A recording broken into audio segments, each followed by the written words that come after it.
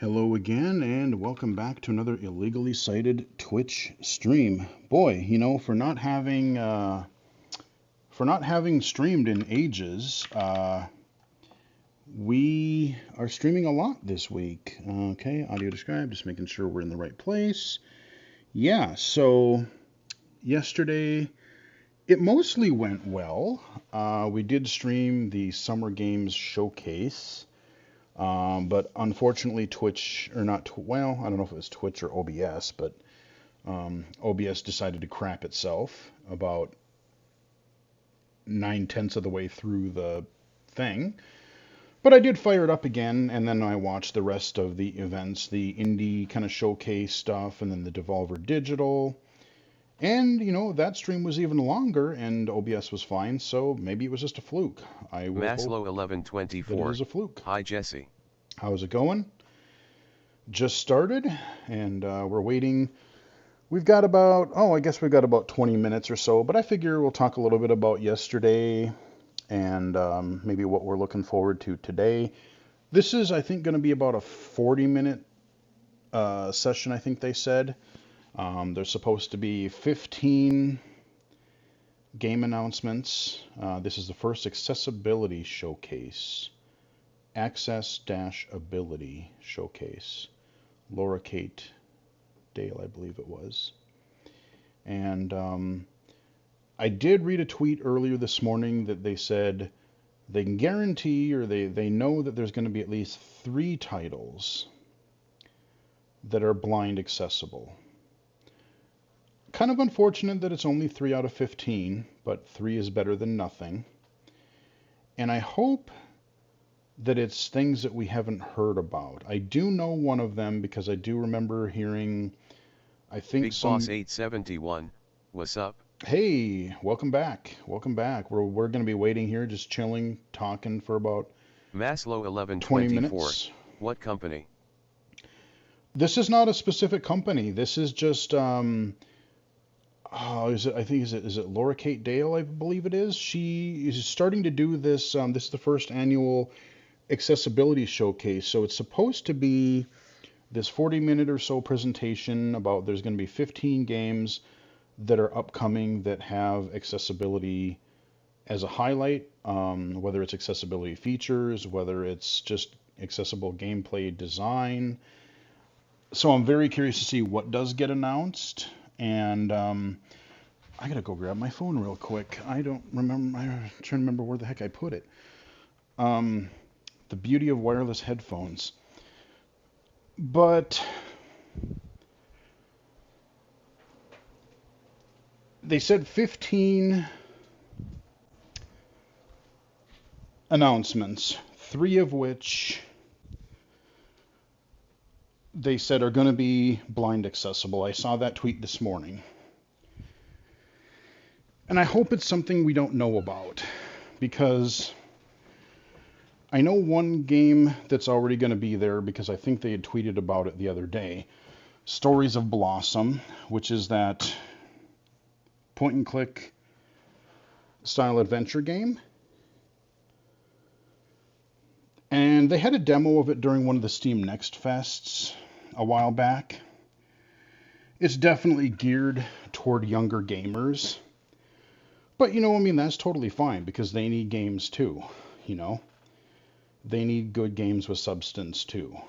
And it is a really neat art style. They've got this kind of coloring book or like painting art style. They have like audio described environments, cutscenes. It's voice acted. It's got text to speech. It's very low vision friendly. I mean, they're going all out for that game. So I'm almost positive that's going to be here. As much as I want to know more about Forza, we already know that's going to be blind playable. And if there's only 3 games that are going to be, that they're talking about that are going to be blind accessible, in a way I kind of don't want that to be one of the games because we already know that's going to be a thing. I'd love to know more about like a couple other surprises that would be blind playable. Don't know if it's going to be a AAA game. Don't know if it's going to be an indie game. But like again, I'm just curious what they're going to feature. I wonder if we're going to get a release date for the Project Leonardo controller that Sony announced a little while ago. They talked a little bit about it more during Global Accessibility Awareness Day last month, but like I said, especially for the people who need it, that's awesome that both Sony and Microsoft are now doing something with that. I'm sure a lot of people would love to know when that's going to come out, so maybe we'll get a release date or more information on that. That would be good. But yeah, I'm just interested to see. These are going to be mainstream games. I would hazard a guess to say, they're not games that are like, oh, we're going to make a game just for blind people. These are like industry-wide games that are going to be featuring accessibility of some sort. Anybody else have any ideas on what might be featured? What would you like to see? What game would you love to hear that would be accessible? I mean, there was a lot of announcements yesterday. I did download the Lies of P demo, that kind of weird Pinocchio, Dark Souls kind of a thing.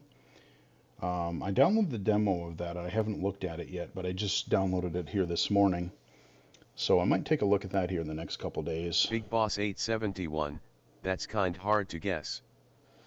Yeah, that's the thing. Is like I said, I mean, I like this because I'm genuinely going to be surprised. Like, I truly have no idea what games are going to be featured, how extensive their accessibility is going to be.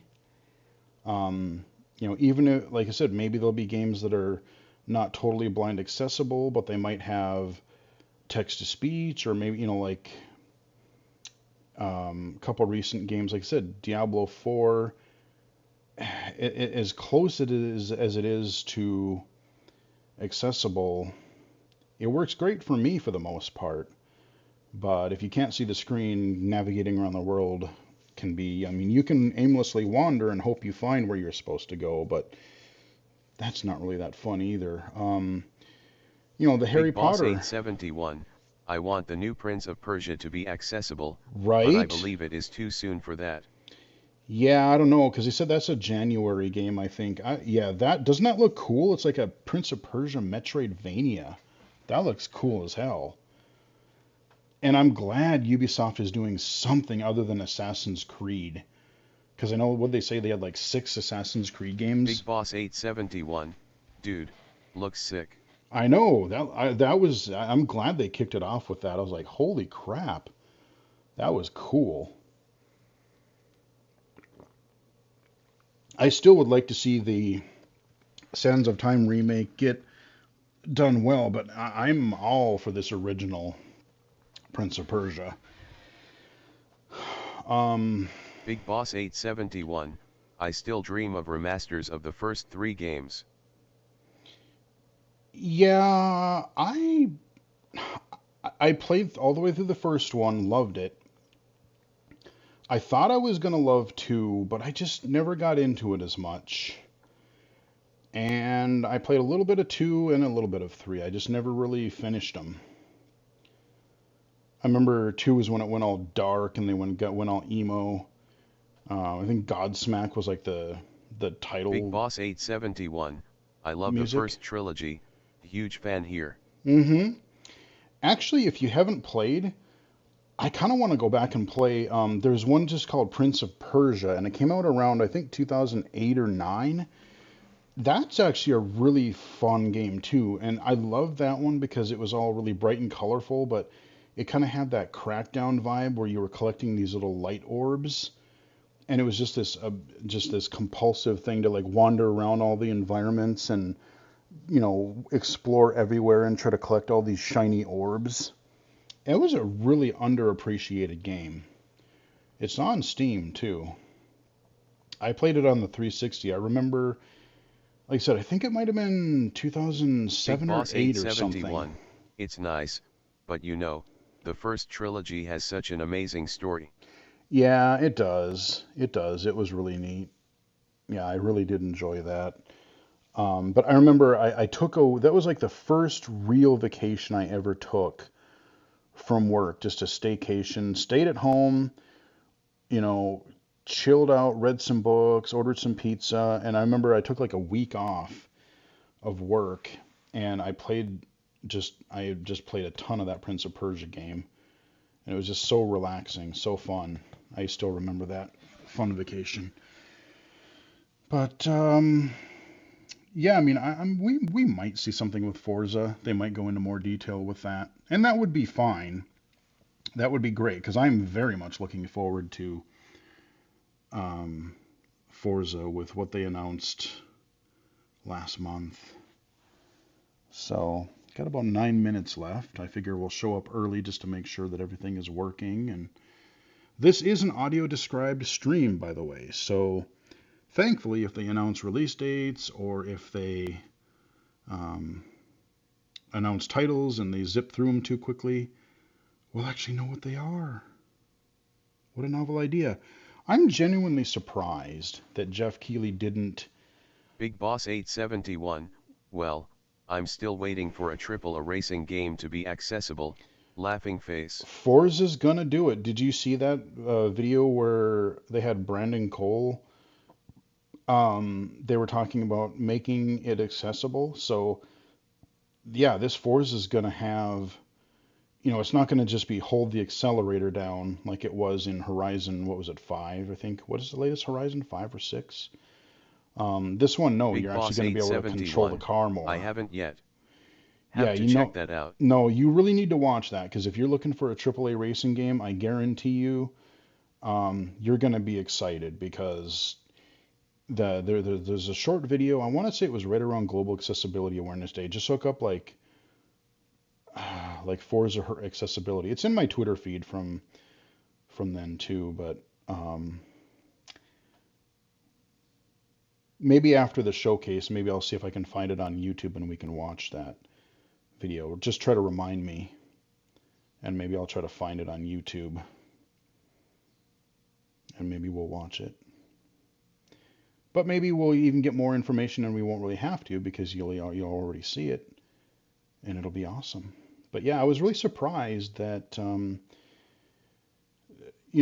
Jeff Keighley, they added accessibility awards to the Game Awards show.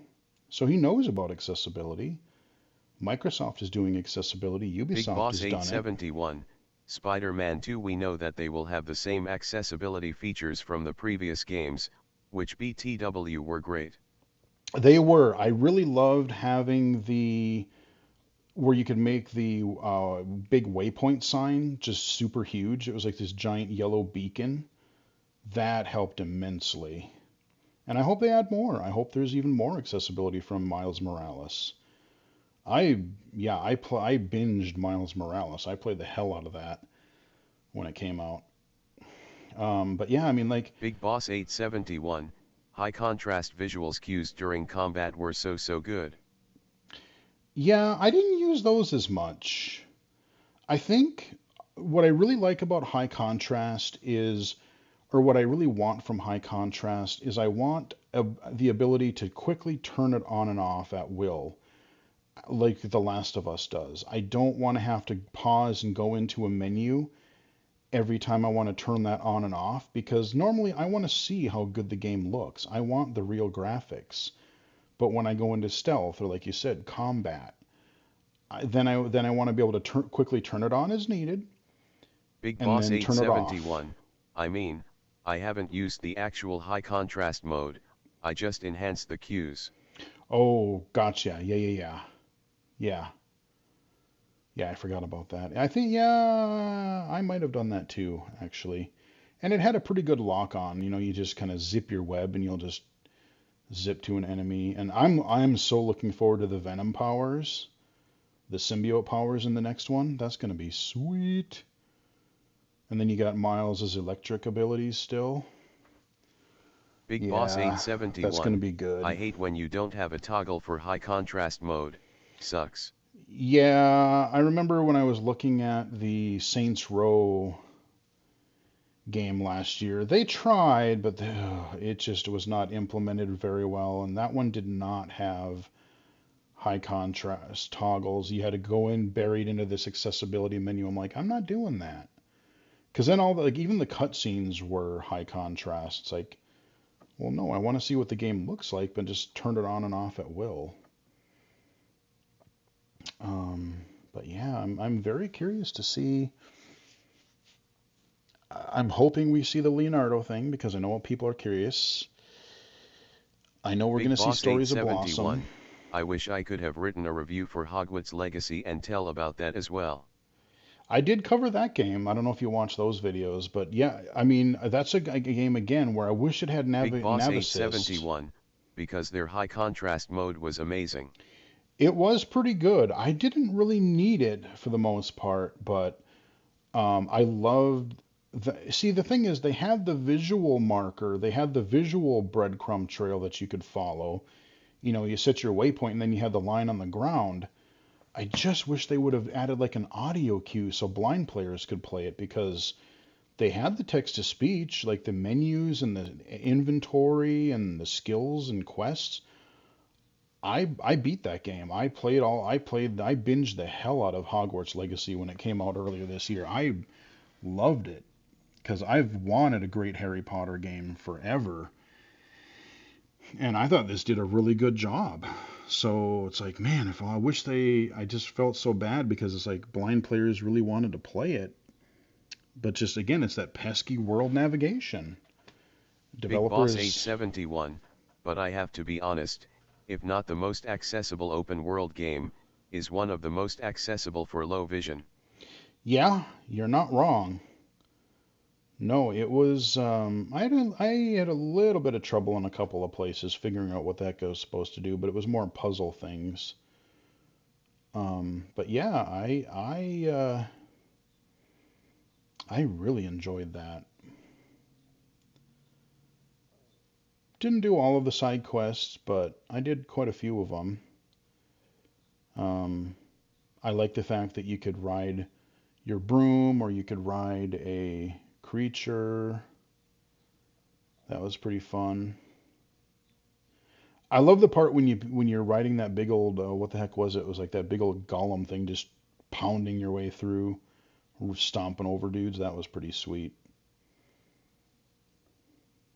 But yeah, the navigation and some of the 3D puzzles in like the dungeons, those would be the sticking points for blind players because you know, it's like, oh, make this weird illusion bridge thingy, and then like I could figure it out, but again, a blind player would have a lot of trouble. I'm going to actually let me fire up my Twitch app on my phone just because I want to make sure, knock on wood, but I'm hoping that the stream does not crap itself. But I want to kind of have it up. I want to have it up on my phone. Big Boss 871, yeah, I spent 100 hours in one single week on that. That says everything, laughing face. Yeah, I don't know what my playtime was, but I would say for a good 2-3 weeks, I played a ton of that. What house were you?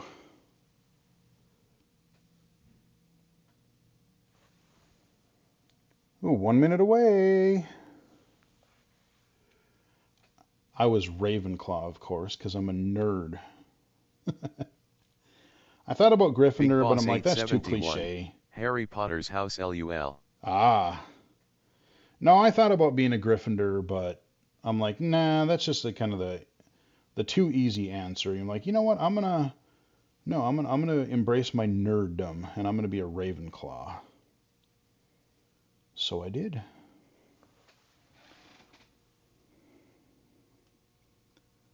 I really love the way they did all the. I mean, like the combat and everything. I was really surprised at how good the combat was. Like just being spells, like you could map them and have different sets of them. But the part that I really liked about the game was just, especially the castle. I love just wandering around and oh, here we go. But I loved hearing you know, like going where all the instructors were, and like seeing all the common rooms, and just the little, like, I loved when it's like, oh, I found the little secret where the you know, the kitchens where you have to tickle the pear to get in, and like, oh yeah, now I'm actually in here. Like, it's just, if you're a fan of the series, it was just a really good fan service. Okay, oh, that's loud. How you doing? Okay, we're at 137, so we're almost there. We're gonna full screen this, and yeah, it's gonna start soon. Cool. Yeah, Harry Potter was definitely one of my early favorites of the year, just due to its accessibility. This year, there's just so many. There's so many games. Like, September is just gonna be brutal. Can you lower the volume a little? Lower the volume? Yeah, let me. I have too Big many. Boss 871. Lower. Sorry. Yeah, let me.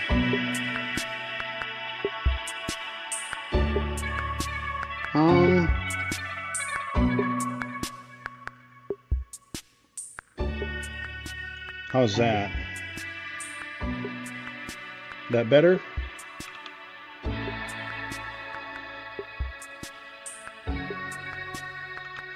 Big Boss 871. Yes. Okay. No, thanks for speaking up. It's always good when people let me know. I'll just have to remember to raise it up just a tad again when I record again. Because I've kind of found my sweet spot. Big Boss 871. I always do. Laughing face. Yeah, okay. 5, 4, 3, 2, 1. Here we go. Accessibility. Curtains open to reveal text reading Accessibility Summer Showcase, and a logo with a stick figure in the center of a circle. There are two stylized controllers, one of which looks like an Xbox Adaptive Controller. Text reads, sponsored by I Need Diverse Games. Hello everyone, and welcome to the first ever Accessibility Summer Showcase, sponsored by I Need Diverse Games. I'm your host, Laura. I'm a white woman with bright blue hair, shaved on one side, wearing a plain black dress, standing in front of a blue, lightly animated backdrop. I am a disabled gamer, with a number of disabilities that impact things like my memory, sensory processing, coordination, focus, and hearing. And we got subtitles down there too. I wanted to create a space during the week of E3/Summer Games Fest / whatever we're calling the deluge of summer game announcements Non-E3. this year. I call it non-E3 like we did in 2020. That if a game trailer seemed interesting to them, they would know upfront if the game was likely to be playable by them or not when it releases. Yes, Basically, that's what we want. I want this to be a space where disabled gamers can get in on the excitement of finding out about new and upcoming video games, with less risk of finding out later that a cool-looking game that you've seen today isn't going to be something that you can play when it actually releases. Holly frickin' Alongside Luya. trailers for recently released and upcoming video games, you'll also be hearing stories from disabled gamers about what accessibility means to them, and from disabled game developers about how they approached creating the kinds of accessible designs that they personally need when gaming. Big Not Boss every video game 871. shown here today She is got going that to be right. playable by every disabled I know, gamer. right? Disability is often a spectrum Like, of yeah, what a novel overlaps, idea, being able to know if we are it's going to very be able to difficult play make it one up game front. that is That's a accessible novel to idea. everyone. But my hope is that by the end of this roughly 40-minute long showcase, you'll see at least one game that looks cool and meets your specific accessibility needs. So, One can hope. without any further introduction, let's jump into the first batch of game trailers. Yes, Each let's time the do. following sound effect plays, the Accessibility Summer Showcase logo is shown on a red backdrop alongside the logo for I Need Diverse Games as a transition between trailers. Okay. The following trailer shows a woman, aged approximately in her early 20s, wearing a light blue top, shorts, and a backpack. The character is initially presented in 2D art alongside a cast of characters that includes two Oh wow, this is similar very looking descriptive. people This is with just the bright blonde title. hair, dressed in matching white outfits, a punk with an eye patch and a bright pink mohawk, a man using a wheelchair with Mythwrecked? glasses and bright red facial hair, a gothic Never even zombie, heard of a this. surfer ghost, a middle-aged cherub, a purple-haired person wearing dungarees with a set of keys around their neck, and someone wearing a white dress with purple hair. This is suggested to be the game's main cast of characters. Mythwrecked Ambrosia Island is developed by Polygon Treehouse and published by Whitethorn Games. In Mythwrecked, you play as Alex, who has been shipwrecked on an island inhabited by the Greek gods. Okay, it's like an overhead type of game. Memories back to uncover the mystery of Ambrosia Okay, Island. more 3D The too. game's main character, Alex, is viewed from a third-person perspective at a fairly high raised camera angle, running around a deserted island. The game's facial animations are fairly detailed, exaggerating facial expressions, but the art style uses cartoonish colours on 3D character models. Oh, that's interesting. Character She's she meets pausing the include trailer Greek to god do Hermes, bits of who is description. depicted as a bald-headed man wearing only plain white underpants, sandals, wristbands, and adorned with a small pair of wings. Making friends is integral to the gameplay of Mythwrecked. You'll get to know the gods by talking to and learning about them. Naturally, many So it's features in Mythwrecked help make text, reading the dialogue. accessible. The text is in a readable sans serif typeface by default. Text bubbles are available in light or dark modes, so pick whichever you prefer. The gods make great conversationalists, and players can choose to press a button to confirm reading or allow the dialogue to autoplay at a fast, medium, or slow pace. Do we have The text to dialogue speech? can be customized even further by having the text scroll or by having it show up all at once. Track objectives around the island using a Big wonderful Boss gadget called the 871. Ambrosadex That's that an boasts issue a for high me. contrast journal and inventory system. Me The too. Ambrosadex also Absolutely. has a radar function that I uses hate sound auto-scrolling effects, visuals, text. and haptics to let you know when you're close to finding a hidden treasure. Oh, that's cool. Ambrosia Island is alive with discoveries, sights and sounds, and adorable little creatures. At this moment, protagonist Alex is speaking to a seagull. You'll explore the island using a stable, dynamic tracking camera and can enhance I your like the experience cartoony by art toggling style. haptics or button press sprint. You can even customize your entire playthrough with full button remapping. And you won't need sound to enjoy the ambiance of Ambrosia Island. Mythwrecked includes captions for ambient and environment sound effects, so you can feel immersed in the vibrant surroundings with or without sound. I don't think Thank she you for said watching, anything and we about can't text wait to see you speech on the though. sun-kissed beaches in And that's a Mythwrecked bummer, Ambrosia because Island. I want the dialogue The spoken Nintendo aloud. Switch logo appears. Ooh. Welcome to Sky Tales, a wonderful world full of gentle puzzles to solve. In this Okay. very cartoonish and colourful trailer, a Jeffries, blue and purple glad you're back snake-like streaming. dragon flies around colourful villages full of human Thank you. characters, completing puzzles by doing activities such as Yeah, I connecting wanted to stars be together around in for four this constellations. Playing non-E3 Sky, week the here. friendly dragon, And I'm gonna be and streaming all of your Toby friends Doom and tomorrow. neighbors. Or I'm gonna hail the be Boston Cruise playing set Doom with the sail monitor and off. discover long-lost treasure because, at the bottom of the sea. Sky, the dragon, is wearing the a developer's snorkeling gonna be in the mask chat she tomorrow. dives under It's the gonna be ocean cool. To locate hidden pirate treasure. Text reads, "Relax and unwind." Take a break between puzzles and make music with magical instruments. Strum the air with melodies and put on a magical Big Boss concert of your 871. very own. Nice. Sky makes music. Yeah, about flying 5 through p.m. I objects think such as tomorrow wind evening chimes, is when I'm gonna do the accompanying Doom a band stream. of human musicians playing individual instruments.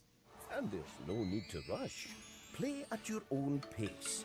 Explore the valleys of Avishire, Raina Falls, Coaston, and Westbridge in your own time. Text Yeah, reads, these "Play two your I don't know if they're gonna be blind Accessibility is at the accessible. heart of Sky Tales. I don't think they Gameplay would shows be. A customizable high contrast mode where player, Okay, object, that's and good. denizen colors can be customized, alongside the screen tint color and saturation. High of the background. contrast is good. Audio Ooh. volumes can also be individually altered with sliders. With features that let you shape the game to meet your needs. Express yourself by collecting fabulous outfits from all corners of the world. Outfits shown include a train conductor hat, a wizard's hat, and even a chicken mask that seems to come with sound effects. Sky Tales, your playful world awaits. All right. Hi, I'm Radaz. I'm a disabled content creator and Twitch ambassador. I'm a white woman with brown hair, wearing a grey t-shirt with white outside seams. I live with multiple chronic illnesses, Sjogren, CFS, fibro, to name a few, which leave me with both mobility and cognitive accessibility related needs. I really appreciate games that give me the ability to remove button mashing, or set longer windows on reaction time events, and really any kind of decent quest log or map, just so I don't get too lost in the world. This next game not only has accessibility features that are beneficial for me, but it also just looks awesome. The vibrant pixel art, the chiptune soundtrack, and varied boss fights are a perfect accompaniment to a really cool lesbian love story. This is Boss Game. The final boss is my heart.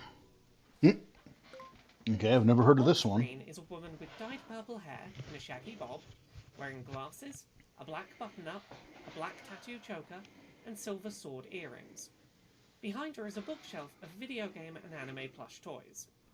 Hey there, my name is Lily Valine, and I'm the lead developer of Boss Game. The final boss is my heart. Gameplay shows a series of boss fights. In the first example, a pixel art bird, in the middle of the screen. In the lower left and lower right are the pixel art faces of two women, with energy meters next to them. When they block attacks, a shield appears around their faces, draining that meter. Wow, this is momentarily. very descriptive. Further bosses shown vary in design, including 3 I mean, more than stacked you on would top get of with each other's shoulders, and a witch in a graveyard. like a typical trailer. Oh wow, yeah, that is definitely 8-bit. Boss Game is a lesbian romance boss rush. You play as Sophie and Anna, Huh. two broke girlfriends who hunt devils to pay their rent. The game features lightning-fast, rhythmic boss battles in a unique 2-hero battle system. I love the art style Sophie of and this. Anna fight simultaneously, Super in high order to build contrast. combos, keep each other alive, and unleash super attacks. If one of the two protagonists runs out of health, the other sends hearts over to revive them. When their combo meter is full, they do a combo attack, unleashing a blast of love against the boss enemy. In between boss fights, you'll flirt with your girlfriend, fight your corrupt employer, and uncover the dark secrets of Mammon City. Very low All vision while friendly. texting friends and enemies. A text exchange informs Sophie and Anna that they have been chosen to hunt Mega Devils, which they respond to with a mixture of shock and excitement. Boss Game is all about using the power of love to defeat huge, ridiculous bosses. Because of the focus on hectic What a weird battles, idea. So I it's knew like right away that I wanted to include a wide variety of indie games are options. doing so many unique things. Boss Just Game includes several different ways to adjust the experience and challenge. ooh, look including at that granular large settings text. for things like gameplay speed and bonus hero damage. That is These glorious. settings can be changed in large or small increments. Enabling the automatic block option will cause Sophie and Anna to activate their shields automatically upon taking damage, which reduces the need for quick reactions. The invincibility option makes it impossible to lose a battle, which allows players to avoid reaching a dead end. I've added a variety of different options so that people can experiment and find what works best for them. I found that players are very capable of using these settings to create an engaging level I of love the gameplay large text and improve good their ability contrast and of how they this. play. Boss Game, The Final Boss is My Heart, is out now on Android and iOS. Oh, it's an And will be iOS released game. This July on Steam and itch.io. Oh, okay, it is coming to Thank you so PC. much for Okay. joining me. Huh. Please have a lovely day and enjoy the rest of the showcase.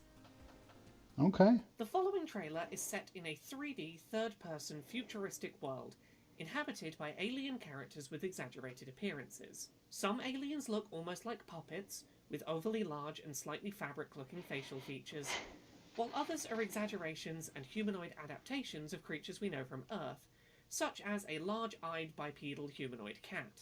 Other characters shown include a large sentient purple pile of slime in a cowboy hat, named Pre-Order Earl, giving a sense that this world is full of characters designed to comedically parody things like the video game industry and other aspects of excessive capitalism. In a later shot, Okay, that a sounds wall interesting. blocking progression literally features the words paywall upon it. Hello, my name is Luis Alonso. Yes, make I'm fun a of the developer current for video Spaceball. game industry. I'm all I'm here for today that. to talk to you about how I tackle the task of accessibility. Big What Boss most people don't know about 871. me is that I'm actually Dude, physically disabled if I see myself, Remnant so 2 I in take this accessibility showcase, very I will seriously. freak out. Despite being a That would be trained cool. PT, I can't still claim to gotta be play an the expert in first all one. forms of accessibility, but I can I break still down gotta how play the approach first making one. I Spaceball haven't as yet. accessible But the as second one possible. looked cool. As a result, I made sure that the game could be played comfortably with a controller and without the need for multiple button combinations for successful game progression. As someone who has beaten every Soulsborne game in existence but cannot play games like Metroid Dread, I can tell you this is paramount for people with physical disabilities. When people with cerebral palsy This reached looks out to let neat. us know they enjoyed playing the game, I knew that at least on that front, I'd been successful. One gameplay section shows the main character racing down a sewer tunnel, dodging luggage being thrown at them. Kind of almost And a looks like chair the with Sonic text the that Hedgehog reads 2 bonus "Premium levels. Pass." Now let's consider people with hearing disabilities. Since Spaceboat is a narrative-heavy game, it was important to make it possible to read every voice line that was spoken. As a Big Boss result, I added subtitles 871. when full dialogue I text beat boxes that were game not on shown. hard For the difficulty visually with a impaired, I couple ran of the game friends. with multiple simulated Laughing color face. blindness types, and realized that the bright, colorful, and high contrast art Yeah, I need to play worked the rather the first Remnant. I don't even In the think I case of the own most that common yet, types of actually. color blindness, I think I like wish Geo listed it Terra just Nopia, yesterday. It actually turned into an Somehow I don't advantage own since that key yet. markers would pop out. Recently, we added more text for those with extreme uncommon types of color blindness, or game mechanics that rely too much on colors. If you're watching this and think we could improve Spaceboat's accessibility, please contact us at contact@recombobulator.ca. Thank you. Yeah, Carrie is a Recombobulator, white that's a woman great with name. silver-dyed hair, wearing a Big black Boss off-the-shoulder 871. top, a silver Epic Games game gave it for accessibility free last year, information I icon believe. necklace, Oh, then I and probably with do two own it. silver microdermal piercings Shows how much I on know. collarbones. I probably Hey, I'm claimed Carrie. it I'm then. the senior designer of accessibility I'll have to for look. Rebellion, and I'm here to chat a bit about Sniper Elite 5. The following trailer shows gameplay of Oh. soldiers using sniper rifles to shoot targets, with slow-motion scenes taking place as a bullet reaches its target, I'll have to check my Epic removing store. layers of skin to show a dramatic bullet impact effect. Sniper Elite 5 launched last year, and it is the most accessible Sniper Elite and Rebellion game to date. One of our core pillars of the game is being able to play your own way, as we believe that anyone can be an elite. I didn't know this had I accessibility joined at the end features of in the it. project, and there were already a great range of accessibility options and considerations that had gone into the game. Things like clear subtitles with speaker names, aim assists, and highly customizable difficulty. Since release, we were able to implement lots of meaningful accessibility options in updates like aim toggle, automatic forward movement, auto traversal options, and colorblind palettes. Through our Discord channel, we've been able to get a lot of feedback that's really helped us to address the barriers that our players were facing, and we have a range of ways to get in touch if you have any feedback for future titles. That's what we absolutely love, because there should be nothing about us without us. You can read all about the full suite of options available on our new accessibility page found at rebellion.com/accessibility/sniper-elite-5. Hmm. There's also a link to give your own feedback or join our Discord. I'm usually We're bad proud at to sniper support the games. Accessibility Summer Showcase, and as part of that, we've donated some Sniper Elite 5 keys for a giveaway. So email laurakbuzzofficial@gmail.com before midnight BST on Friday the 16th of June to enter a random draw for a game Big key. Boss Email 871. the subject line I wonder Sniper Elite why. giveaway, Laughing and please face. name your platform of choice. Good luck, I'll have to Sniper. send that email. See if I can get a Carrie sniper has key. light pink hair shaved on one side, light skin, and she is standing in her garden. Hi, I'm Tabby, and I'm the UX director at Nightingale Studios. Our newest title, A Night in the Attic, gave our team a really unique opportunity to work with accessibility features in VR, and I'd like to share some of them with you today. An attic with a diagonally What, did angled she say roof VR? contains a circular window depicting a colourful medieval mural. Game levels appear to take place within empty wooden drawers, each containing a small diorama environment for the simplistic characters of the game to navigate. Using the game accessibility guidelines and testing with Able Gamers player panels, we developed A Night in the Attic with some great features in mind. Some features we've added to reduce cognitive load on our players are tutorials with button glyphs and control Oh yeah, this is movements, VR, yeah. a book of tool actions which unlock as you progress and which you can access anytime, player-controlled dialogue progression that lets you know where in space the dialogue is taking place, and levels that are about 5 to 15 minutes long to enable frequent breaks.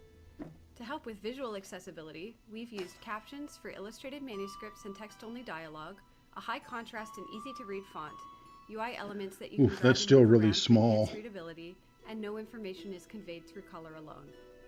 The audio in A Night in the Attic features independently controlled levels for music and sound effects, plus you can toggle monaural or binaural sound and haptic feedback for actions. Finally, physical accessibility has been a really interesting challenge in VR. A Night in the Attic features comfort considerations like fully seated gameplay, keeping actions within an arm's length, and minimal requirement to bend or twist. There are 3 ways to control Guinevere: one-handed tilt, two-handed tilt, or with either analog stick. By incorporating best practices and playtesting feedback where possible, we've worked hard to Yeah, make so A Night in the Attic as a far, comfortable and really good enjoyable accessibility experience for features in a lot of these games. But so far, it doesn't seem like they are Alex is a blind white man with accessible short yet. brown hair. He is wearing rectangular black framed glasses and a blue polo shirt. Hi, I'm the developer of Upheaval, a text-based open-world fantasy adventure game. In just 30 in-game days, the enigmatic magician will arrive, You have until then to track down magical treasures and aid or interfere with people and factions that surround your small village. Upheaval is turn-based, so you can always take as much time as you want to plan your next move.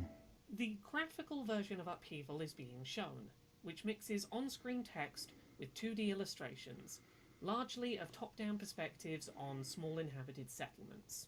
And if the in-game time limit of 30 days is too short, turn on Relaxed mode and take as many in-game days as you want to explore everything the game has to offer. Yeah, lots and lots of text. You can play Upheaval completely using just your keyboard or using just your mouse or touchscreen. Okay.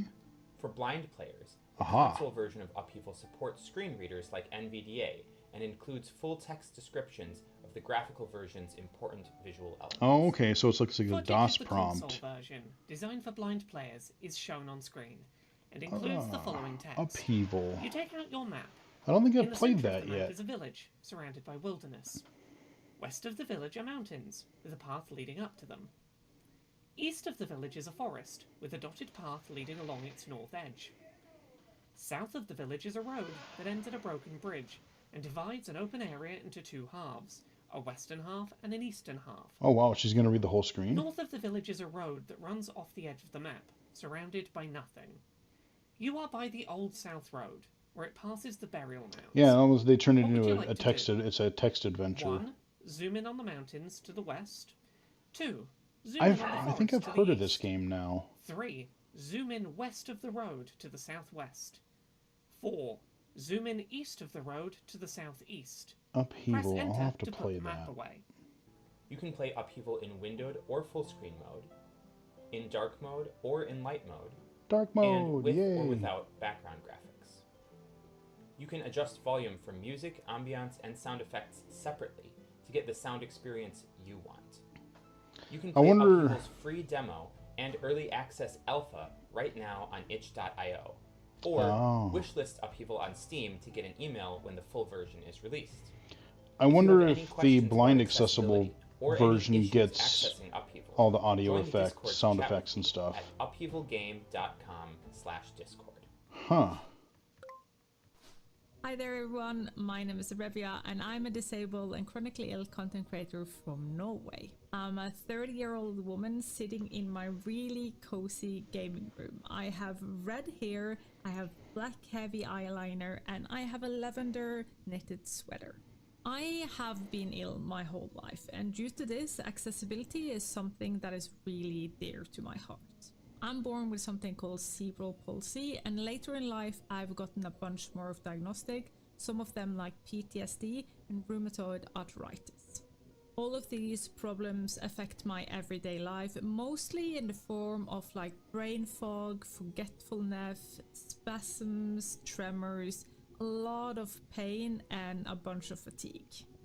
I am lucky enough though to have medication that keeps my immune system at bay, but if I have a bad day, I am dependent on accessibility to be able to play my favorite games. That can be things like puzzle guides, difficulty modes, the ability to pause the game whenever, or the ability to switch between a controller or a keyboard, or just good tutorials in-game.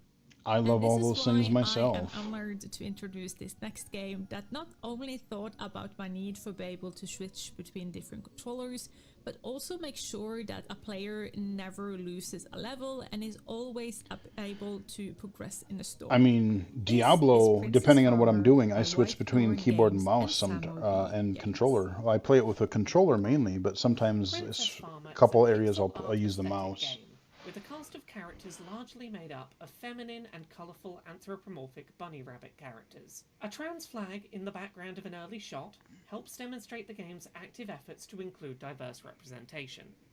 Princess Farmer is a match-3 visual novel with lots of queer and diverse representation, created with accessibility in mind.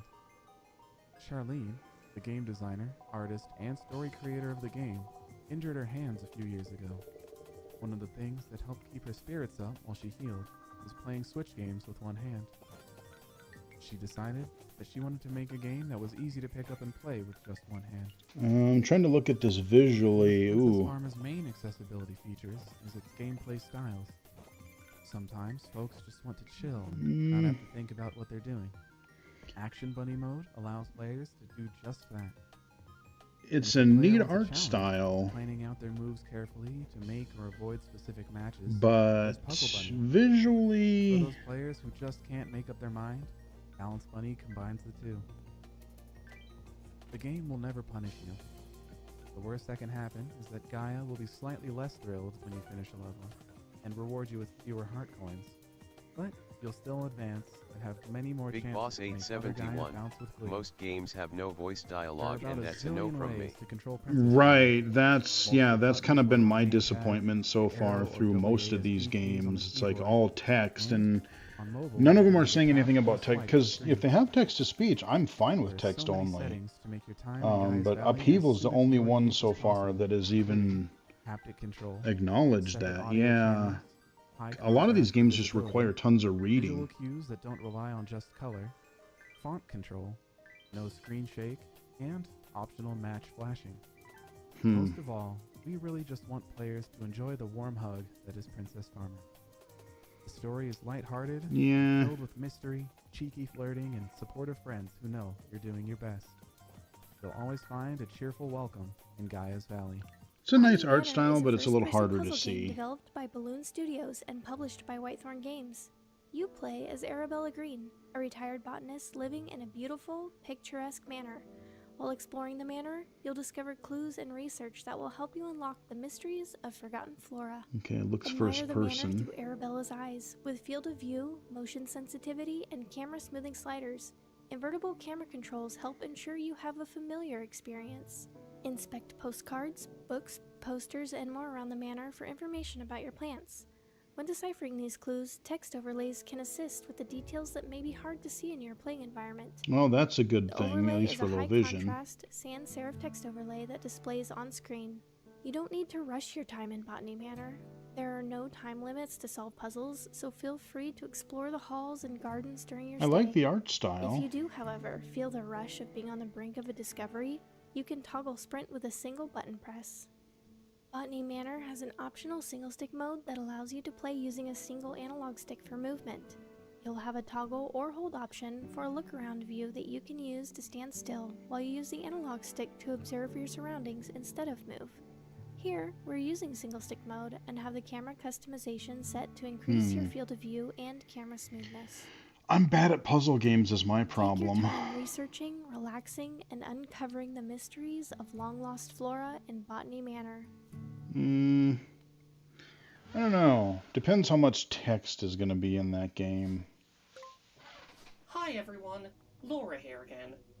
Thank you so much for being here and watching the very first Access-Ability Summer Showcase.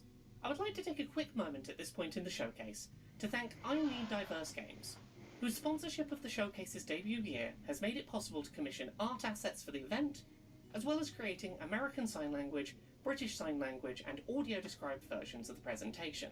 We've got a bunch of games still to showcase today, but I want to take some time to say a quick thank you as well to all of the developers who brought games along to the showcase today. Agreed.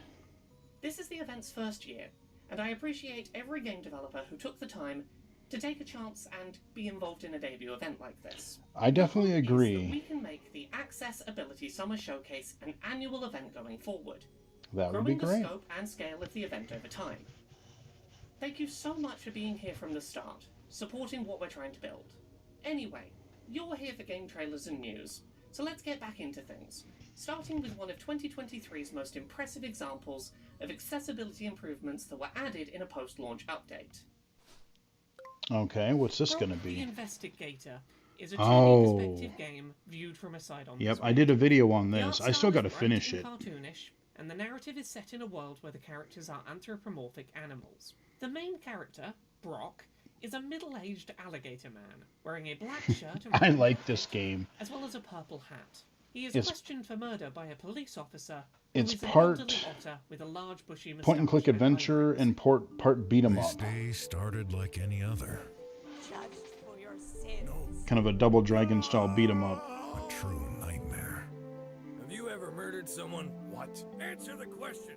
I've got to finish this The game. game's developer is a white man with short dark hair, wearing a pair of glasses and large over-ear headphones.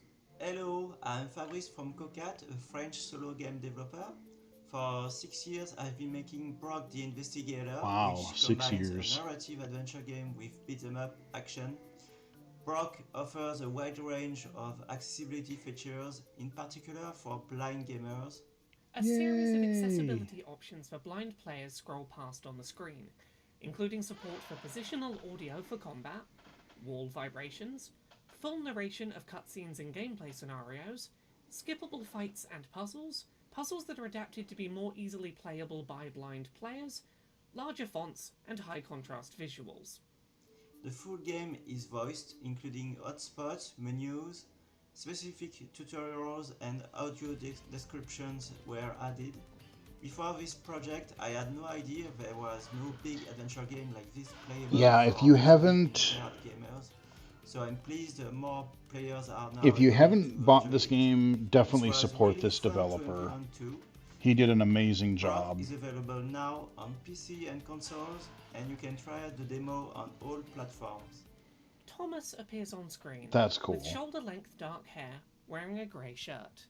Hi, my name is Thomas Tworek, also known as Lirin. I was working on Brock the Investigator as an accessibility consultant. This is my first project on such a large scale, and I can tell you this was a really beautiful adventure.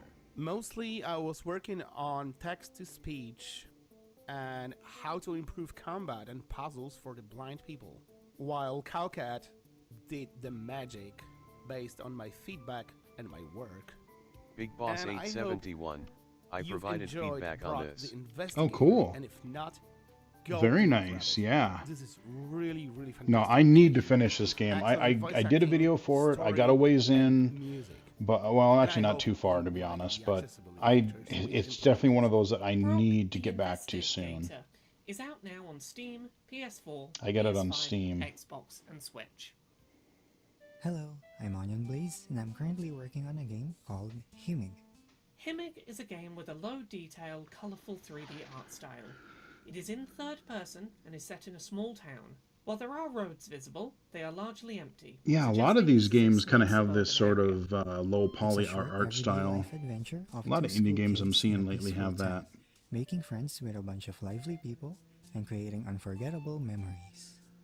The Okay. game's story is split into small bite-sized episodes where you can explore, learn more about the characters, and find collectibles for minigames. Or you can just sit around and relax with cats and dogs. Based on how you spend your days, the main characters' personalities will slowly develop, changing how they interact with the world. A You young know, boy more sat text on the floor bubbles. is looking up to the player character and says, "I'll just stay here for now." Moving your And I character in the know- game can be done either manually, via keyboard I'll try or to talk controller, about that later. or by clicking on interactable icons with a mouse. So far, the game allows clipboard-based text-to-speech for most of its systems, with proper Oh. support for it planned before release. There's also audio subtitles, audio descriptions, and separate audio volumes for background music, Clipboard text-to-speech. I ambient wonder how sounds, and that's sound going to work. effects. Speed or difficulty options for dialogues, in-game time, or mini-games are also present, alongside various screen and graphic settings like window type, brightness, shadow and particle quality, camera motion, and many more. There's still a lot of things to work on before the game is finished, but some planned features are general UI size and color settings, That's a good simple idea. map, event guides and recaps, full controller mapping, and more limited control options, like being able to play with just one button or by making any sound with a microphone. Himig is currently planned for Windows, Mac, and Linux, both on itch and Steam.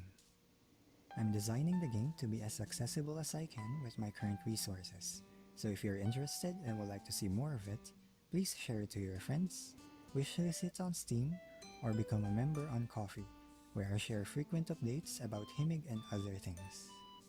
Thank Okay. you, stay safe, and have a good day. So we've had Brock and we've had Vivek Gohil is a brown-skinned man with glasses, wearing a the blue-collared Brock jumper, and that upheaval sitting in his for blind wheelchair players so behind a far. desk. He is wearing full ear headphones with a microphone. Hi, I'm Vivek Gohill, an accessibility consultant and journalist. Gaming is an integral part of my DNA. It's a vital coping mechanism for living with the challenges of Duchenne muscular dystrophy. Gaming gives me the freedom to meet aliens, become a superhero, or explore environments that I would never be able to experience. Very true. Ultimately, gaming brings me joy. Accessibility options unlock my potential, showcasing my abilities instead of highlighting my limitations by removing any unnecessary barriers. Recently, Star Wars Jedi Survivor had good accessibility design. That's another one I want to get around to. I haven't bought yet. I really want to play that. Full button remapping. I just hope the PC version gets fixed because I heard it launched pretty rough. So that controls are positioned comfortably to deal with my limited reach and dexterity. The option to slow down game speed allows me enough time to complete intense traversal gameplay. I have the skills to complete the task, but I have slower reaction times. Accessibility manages this difference and reduces frustration.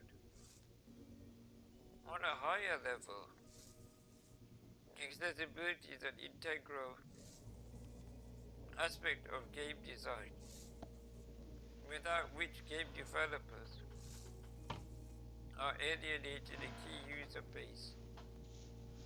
Game developers should collaborate with accessibility consultants, as lived experiences are vital to provide and progress innovation.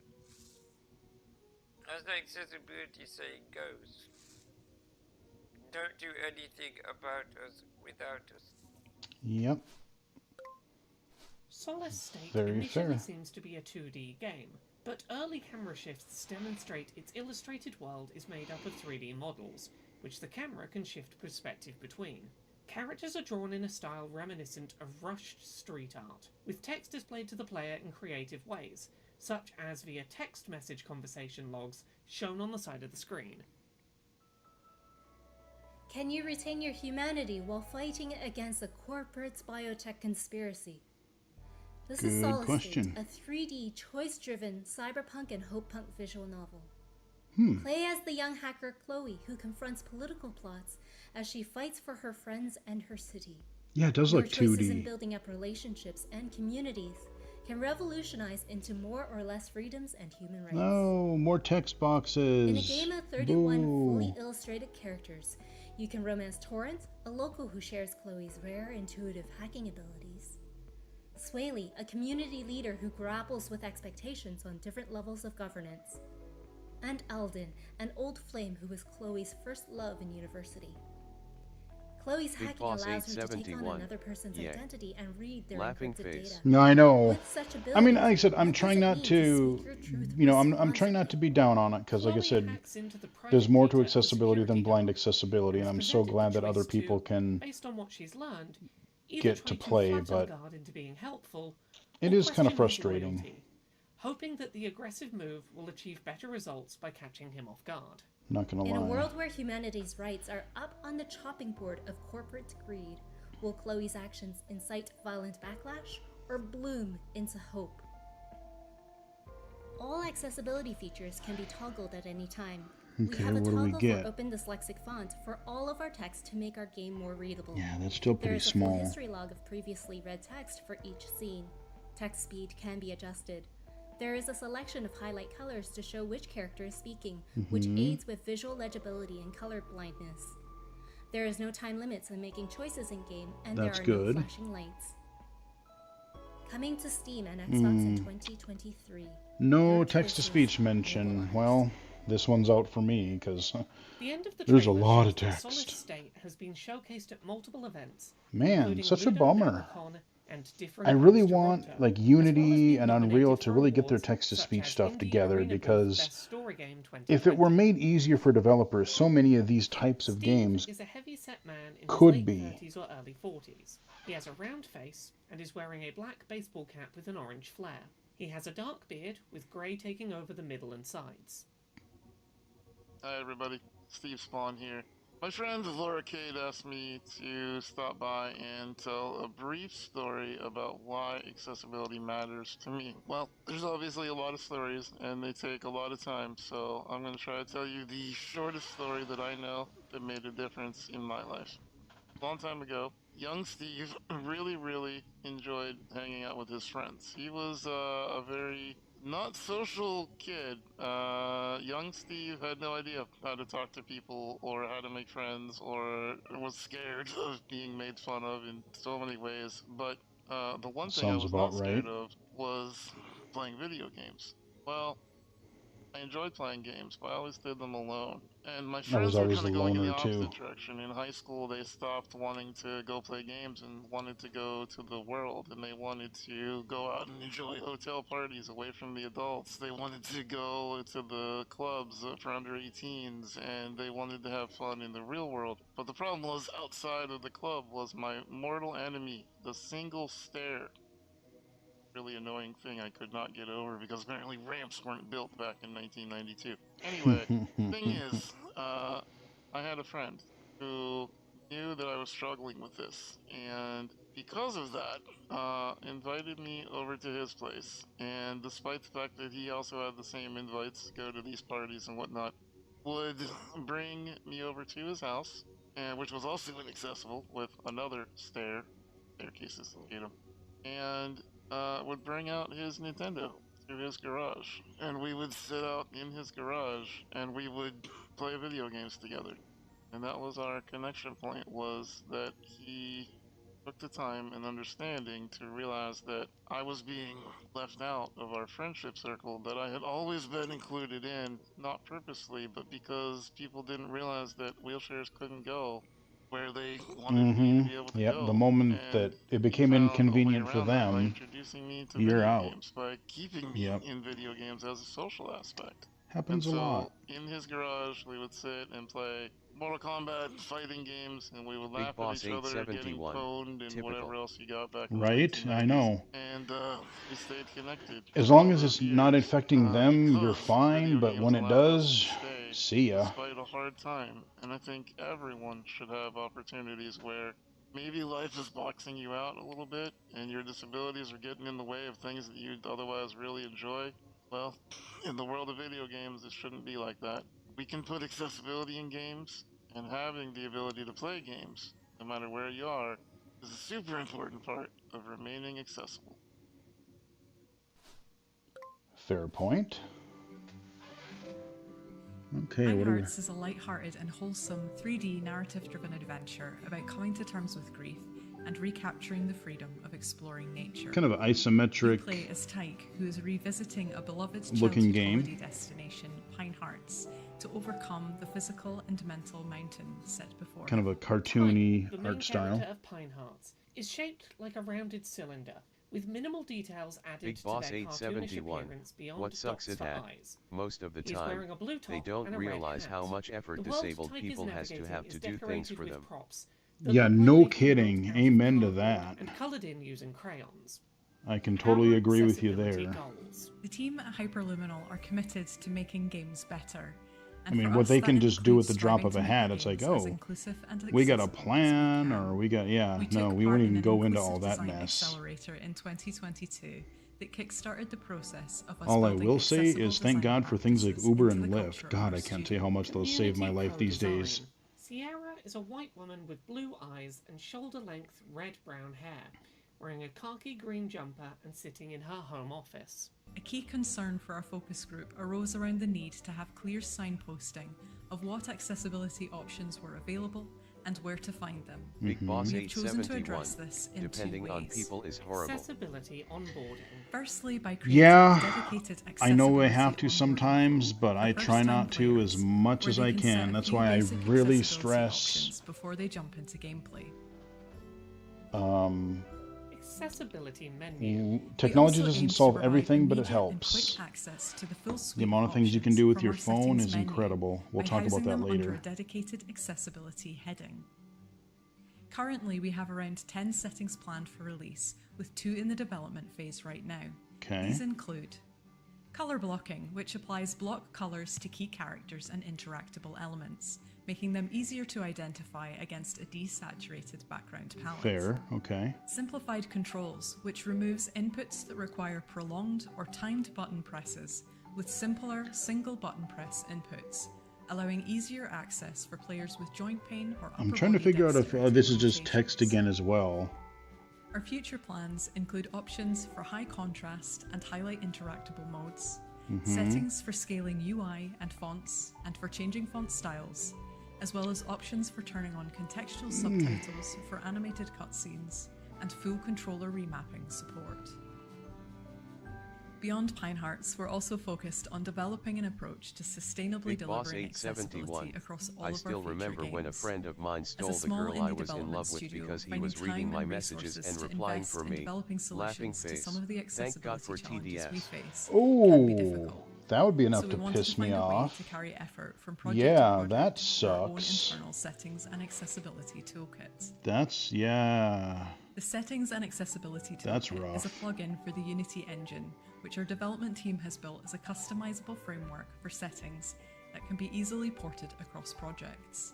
Okay. This also gives us access to developer-facing settings, which can help us to identify and reduce accessibility barriers as we go through development. I like that they're taking An the example of Unity this is our approach. color blindness filters, which allow artists and QA to turn on specific filters while testing the game, making it easier to identify issues with contrast and the readability of characters and interactables against background elements. Text-to-speech. Pine Hearts will launch in early 2024 on Steam and Switch, but you can follow our progress in the meantime via our Twitter and Steam pages. At Pine Hearts Game on Twitter and at /Pine_Hearts on Steam. The following trailer features gameplay set in a clean, futuristic, mostly white space station, inhabited by friendly-looking robots, who are in many cases essentially a floating computer monitor with expressive digital eyes, and a pair of robotic arms sprouting out of the side of the monitor. Welcome to Norpopolis. Another low poly game. I'm detecting crude energy signatures. Robots, fish. Okay, this looks like first person, You do maybe. the vacuuming. An autism-friendly VR adventure. Oh yeah, I was just gonna Distant say. galaxy. I wondered if this was VR.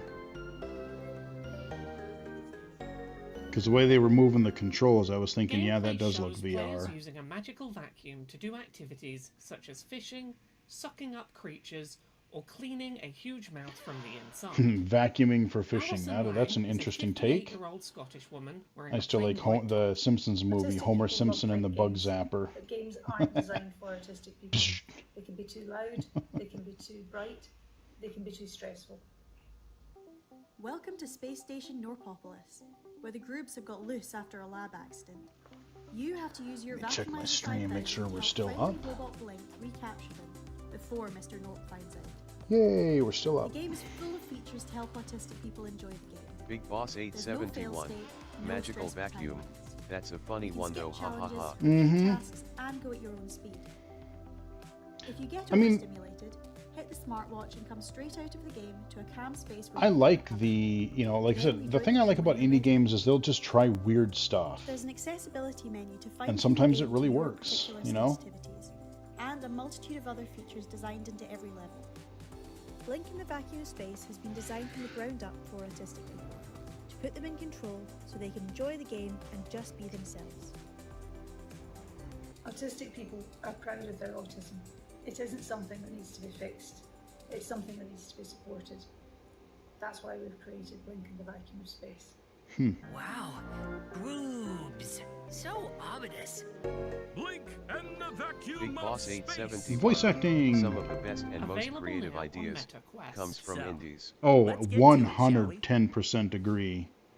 There's more innovation We're in nearing the end of indie. the Accessibility Summer Yeah. Showcase 2023, with the Totally next trailer agree. being our last one of the day, Aw. announcing a release date for a game that a lot of people in the gaming accessibility Oh, space this is gonna. have been I know looking what this forward is to gonna for the be. past This few is gonna months. be. All that remains to be said is thank you to every game developer out there Yep, that's this is taking gonna the be fight for Stories of improved Blossom. I can accessibility almost seriously, guarantee it. every disabled gamer that's speaking out about their Remember when I said experiences, earlier? I'm like, I and to bet you we're gonna everyone get a who tuned in release today date. to watch the showcase. You can find out more about I the bet games we're that gonna were get a shown during release today's date. showcase by checking out access-ability.uk, where we will have links to all of the day's trailers, as well as to every game that was showcased. I hope you all enjoy our final announcement, and hopefully we'll see you all again next year. Sightless Combat is wearing a blue t-shirt with a Superman logo, and a Oh. baseball cap with the RNIB logo, the Royal National Institute of Blind People. I He's think wearing that's what it was large gonna over-ear be. headphones and has a room decorated with gaming items, including a golden replica weapon from Gears of War. Hi everyone, I am Sightless Combat, accessibility consultant, gamer without sight, and content Maybe it won't creator. be. Now, if you're wondering why I use the term gamer without sight, I use it because legal blindness, often just shortened to being blind, can and often does include usable and/or residual vision, Yes. which I've never had. It's basically a way of me saying We should talk I about can that see after absolutely this. nothing at all. And that brings us to a very interesting point. I'm really, really glad to be here. Thank you so much to the organisers for letting me participate in this event. It's an absolute privilege and an honour. But I'm here to introduce to you the next game in the lineup, a fantastic game that is from a genre that a lot of people would think you can't play without being able to see. Maybe this Namely, isn't going to be a Stories of point and Blossom. click game, and it is the wonderful Oh, Stories of no, Blossom, it is. which It has is. been, Okay. rumoured and Because I know hinted Sightless at plays a lot of and action demoed games, for so a I'm number like, of years maybe there'll be various something else. And finally, the amazing folks at Softly Studios I knew are it. I releasing knew it that's this what it was year, going to be. and I am so excited for this partly because I'm in the credits, but also because it's going to be a game that is fully playable without the need for sighted assistance in any capacity, which is always Yeah, a the demo fantastic was thing to very see solid. when it's executed as well as this game does it. So without further ado, here is the new trailer for Stories of Blossom from Softleaf Studios. Stories of Blossom is a watercolor art style 2D point-and-click Yeah, adventure it's a neat art in style. which a young girl interacts with cute creatures, often shaped like food or plant life. In a cropped circle is Connor. I did play He through has the short demo dark on an hair earlier and a beard. video. He is wearing glasses and a black t-shirt. Hi everyone, my name is Connor Bradley, Creative Director of Softleaf Studios. Today I am excited to be sharing a quick overview of the accessibility of our game, Stories of Blossom. From the very beginning, accessibility has been our main goal. So we've been working closely with those from the disabled and neurodiverse communities to help us remove barriers from our game. A lot of this work has been baked into the experience itself, such as the readability of each dialogue line, the design of our puzzles, and how we lay out information on our menus. We also have I would a like to large see a array dark of theme. accessibility options Actually, I can't remember that if you there can was. use to tweak the experience to your liking. I think I mentioned that in the video too, when I did For a a full playthrough of rundown the of demo. those, please visit our updated accessibilities page at softleafstudios.com. Yeah, there's a And lot now there. I am thrilled to announce we have a new trailer. I believe I have a story that could help. An elderly man with grey hair and fuzzy moustache is shown telling a story to his young granddaughter, who has brown hair tied back in a ponytail. Clara, the young girl, can be seen in different outfits, solving problems such as wearing a pirate outfit to rescue a telescope in a ship's crow's nest from an angry crow. Clara's adventures seem to take her into space, to a distant world inhabited by fungi people, as well as to the homes of cookie villagers and to a distant island where pirate treasure may be hidden. There once was a pirate that sailed the 7 seas. And wore a pink tutu. And wore a pink tutu. As Clara solves more and more problems, villagers are shown to become more happy, such as when a plant person sprouts a batch of new leaves resembling a hairdo. I think that was in the demo.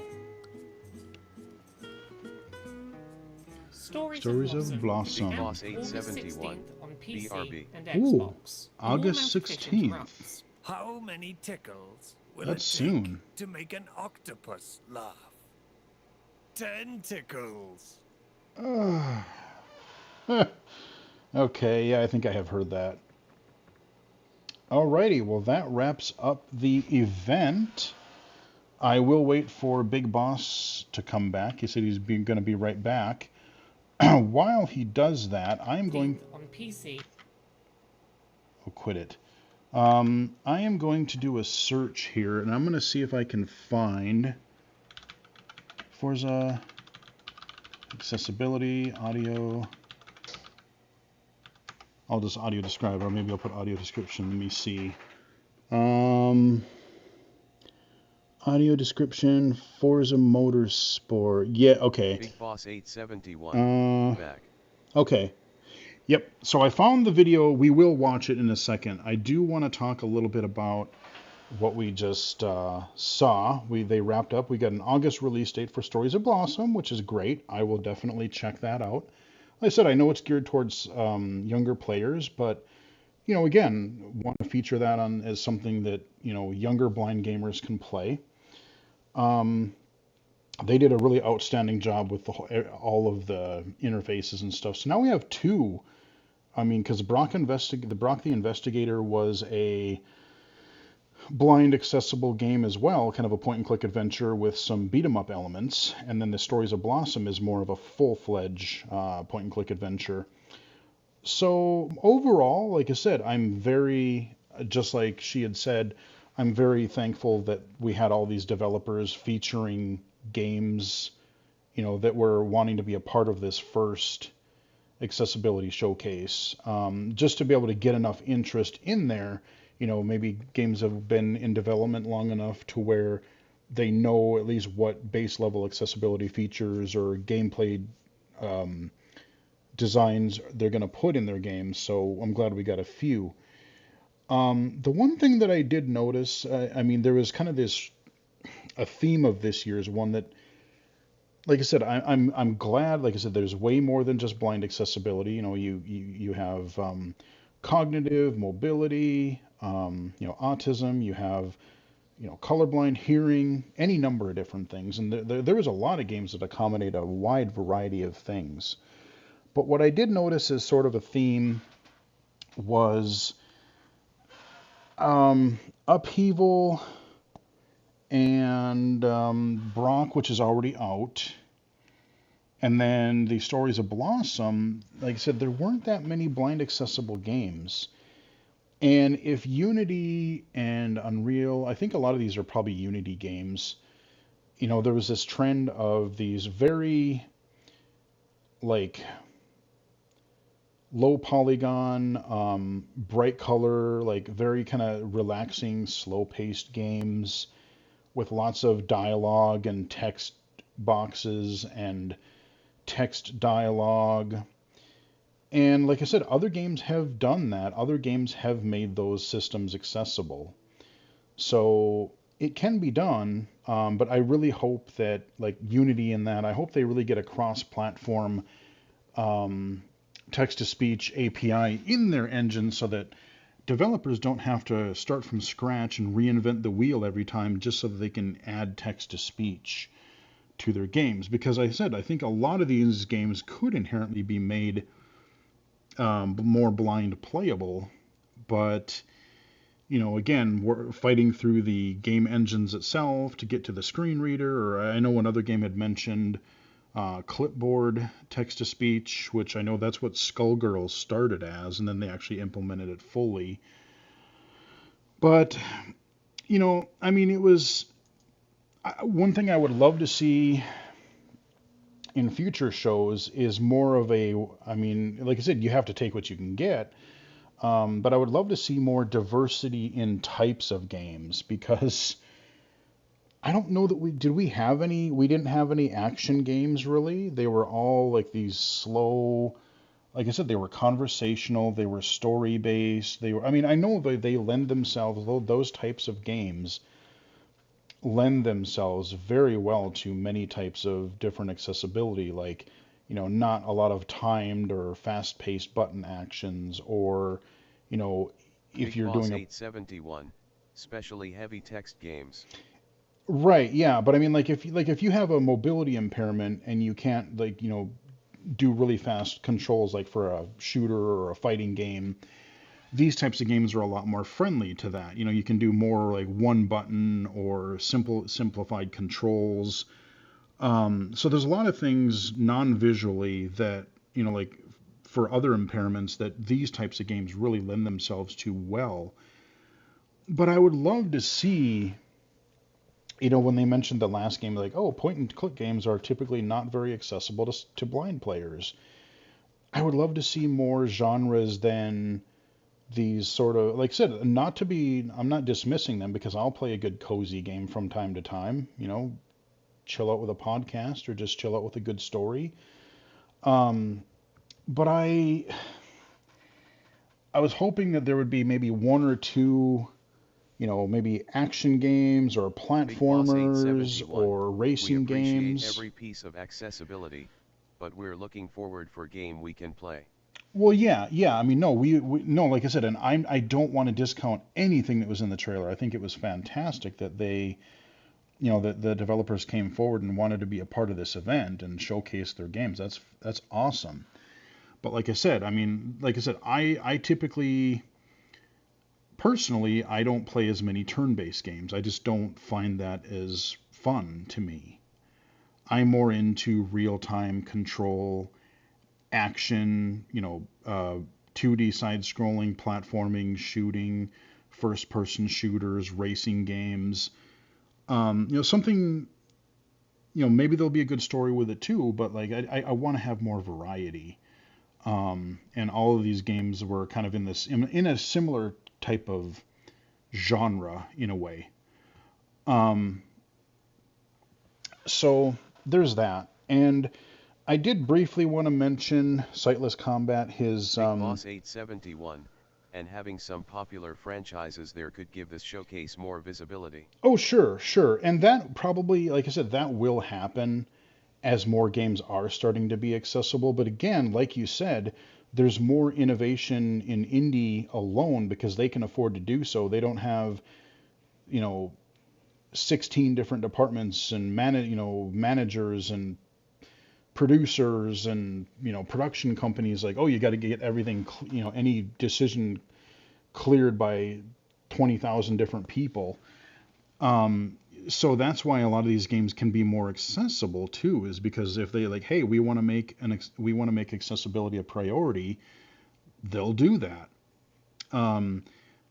So that's, I really, really appreciate. You're getting both game innovation and you're getting more of a willingness to embrace accessibility, more capability to do accessibility, because like I said, there's so much bureaucracy and overhead in AAA development that good luck.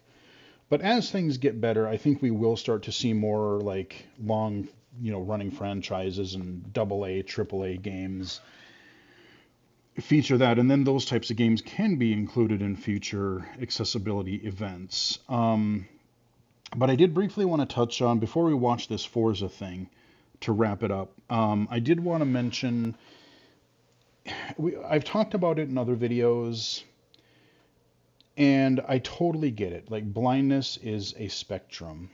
It totally is. I forget what the exact percentage statistic is, but like, a great majority of people who are legally blind, I want to say it's like probably 70s, in the 70s percentile, where somebody who is legally blind has some usable vision.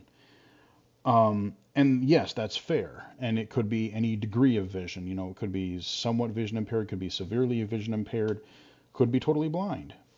But the thing is, I think that there are some misleadings to say, like, you know, if you say, you know, I'm a gamer and I'm blind, this is how I play video games. I think you really have to be careful, because if you say that, oh, this is a great game to be accessible for blind players, but you're still largely playing it visually, that is very misleading. And I think you have to be careful, because, like I said, like Harry Potter we were talking about before the event. It's an awesome game, and as a low vision player with my legal blindness, I can play it quite well. All the text-to-speech, the vision accessibility stuff, the breadcrumb trail to guide you to your objectives, all that is great. But if you sat a player with no usable vision down in front of that game, they would be screwed, because they couldn't navigate through the tutorial area to get to the, to any objective. And so, like I said, I think if you're marketing something as, hey, this is great for blind accessibility, that's why I do low vision spotlights and accessible game spotlights. That's why I differentiate them that way, because I don't want to mislead people and then they buy a game and say, you said it was accessible. No, I said that I played it with my vision. Yes. Let's use the right words. So I did want to touch on that. I mean, like I said, I'm not going to throw anyone under the bus or anything, but I've heard it a few different places, and I've heard people get confused, and I think we have to be clear about that.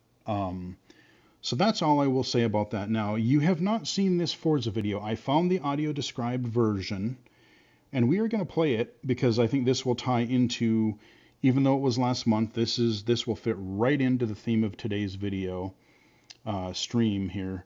And I'm just going to let you watch this Forza Motorsport, which is coming out. Hopefully we'll get a release date on Sunday during Microsoft's keynote, which I will hopefully be able to live stream as well. But let's go ahead. Xbox logo, rated E for everyone. This is badass. Was overcoming Big Boss the natural 871. that Thanks already for that. exists between Yeah, blind people and racing. absolutely. Blind That's people and Brandon. driving. I'm one of those people. You know, I've never driven a vehicle. I've been blind all my life. So Forza is a AAA simulation racing style game. I will fully admit that it took me a while to notice that I was no longer crashing all the time. That I would spend a long time not going off track. An Xbox controller. I wanted to just shatter that barrier, break through that ceiling, and say, no, you can control this vehicle. This is your road now. Welcome to Forza. Title appears. Forza Motorsport. Blind driving assists. A white man wearing a silver tie. This is going to be so My name is badass. Brandon Cole. I'm a professional accessibility consultant, specifically a totally blind accessibility consultant. The basic description of what I do is I work directly with video game developers to take a look at their game and then help them turn that into an experience that is accessible to the totally blind, so they can have at least equivalent experiences to that of the sighted. There's definitely a lot of challenges with working on a racing game. Most blind people have been in vehicles but have never driven one. That's who we have to design for. We have to design for people that I have a little. never played a racing game before. Very briefly, a couple times, but against each other. We decided that we wanted to make this the most accessible Forza yet. I'm Neha Chimpella. I'm a gameplay and accessibility producer over on Forza Motorsport, working at Turn 10 Studios. I won't say that it's been an easy process. There's always an uphill battle to fight. oh, I'm sure this was really tricky to figure out. And we are trying to balance that with all the other gameplay priorities. We really wanted to focus on just accessibility overall for our title and leverage all the tools and resources we had on our plate so that we could take this just to the next level. We really believed in the sentiment of working with our community from the very beginning. The idea was that we wanted to bring the racing experience to the blind player. I'm Todd Helsley. I'm the Senior Sound Supervisor for Forza Motorsport. It's a simulation racing game. Awesome. So that means you're supposed to stay on track in between these sometimes very tight lines. You're trying to get around the track as fast as possible. And So dodge from the traffic. get-go, we did not want to try to make this ourselves with the assumption that we were doing it correctly. So we brought in Brandon Cole, we got him integrated into the pipeline, and we didn't want to just bring him in kind of every once in a while. We really wanted him to be integrated into the process. What I love about working with Brandon is he's very candid in his feedback. So he will tell you right away if something's not working. Very close to being off track there, but I wasn't. I was there. Okay. Spoke too soon. Brandon grins. As we were going through week to week and making kind of some incremental progress, but it still felt like it was still up in the air. And Brandon was trying to make his way around the track, and we made a change, and we noticed, we were like, wait, he's staying on the line. He's following this turn really, really well. And Brandon came back. That's so cool. Wait, is it happening? You Is this really happening right now? are perfect right now. You're driving. perfect. Yeah. Oh, look at this turn, Brandon. When it did happen, at the same time, it was out of the blue. But I remember just genuinely being baffled at first, like, wait a minute, I'm not going off track. Wait a minute, I just made that turn. To get to a point where you're not crashing all the time, it felt like the gap had been bridged. That was a real, I talk about accessibility being breaking barriers, and that I think is the point where the barrier broke. And we cruise to the end of the lap. Woo! Even watching Brandon go on the track for the very first time was a sight to see. Knowing that we had been able to make something that we had thought impossible possible was very cool. I think the centerpiece is the steering guide. The steering guide will pan your Okay, car yeah. engine noise and your tire sounds to either the left or right based on the direction you have to turn. There is our track limit cues, which gives you a kind of a beeping alert that lets you know you're nearing the edge of the track. Not necessarily that you're on it all the time. It's not a bad thing to be on the edge of the track all the time. Sometimes you have to be on the edge of the track. Sound design is huge, especially in the blind space. I mean, you can't see, you can hear. Mm-hmm. The And more you information can't do we it can too give the player, overwhelming whether either. it's how fast you're going, what direction you need to go, it's completely new to the driving experience for any game, really. There's just so many features that combine together, and that's the thing. It's an amalgamation of a bunch of features that together make it blind accessible to us. I truly believe that we have a system that works. And in my shoes right now playing this game, it is fun to race around the track. If we have other cars on track, it's fun to pass them up and hear that little acknowledgement that we did. I can honestly say that I've gotten first place in a race against AI opponents, and that felt fantastic. With our blind driving assists, because we have such a large suite of different cues that players may have never used before, there will be an experience of getting to know each of them and figuring out what works for you. Brandon dons headphones. I genuinely believe that everything is learnable. My encouragement to the blind community was give yourself time. It may not go exactly as you want it to at first, but you can learn the tracks based on the cues we have here. It might take a lot of learning to get there, but it really does work. He uses a claw grip. Hey, other blind person, I offer you control. I offer you the opportunity to get into a vehicle of your choice, pick the track of your choice, and once you're on that track, the ability to drive it yourself, to take those turns at high speeds yourself, to go down those straightaways at high speeds yourself, to have full control over which direction you're steering, when you're braking, all of that I offer to you to do yourself. This is bringing the AAA racing genre to the blind community to the fullest. On Brandon's screen, a red race car crosses the finish line. Title, Forza Motorsport. Blind driving assists. Xbox logo. Microsoft logo. There you go. The only thing that I wish that trailer had, the only thing that I wish they would have done, is I wish Big they would have Boss taken... 871. Shit, that's awesome. Right? Heck yeah. The only thing that I wish that they would have done, they had a little bit of the sound effects under some of the dialogue, but I wish they would have had maybe when they were talking about the different audio cues and stuff, it would have been really neat to just maybe have like a camera of like Brandon in the corner, like a streamer, and then just showing him going through one lap. So like you could see or you could hear like, oh, okay, this is, you can kind of get an idea of like, I heard that there was an announcer that was calling out like, left turn, almost like a rally racing game, but then you had those audio beeps and cues and things, because again, you don't want to use text to speech or dialogue for everything, because then that gets muddled and overwhelming. But yeah, that's the only thing I wish they would have done. I wish they would have had an extended section with no voiceover, but just like hearing the game, just so you could kind of hear what the experience would potentially be like. But nonetheless, that was cool as hell. Not gonna lie. Like I said, when I saw that, I'm like, oh boy, because when I was at CSUN, no, it was a Game Accessibility Conference in 2019.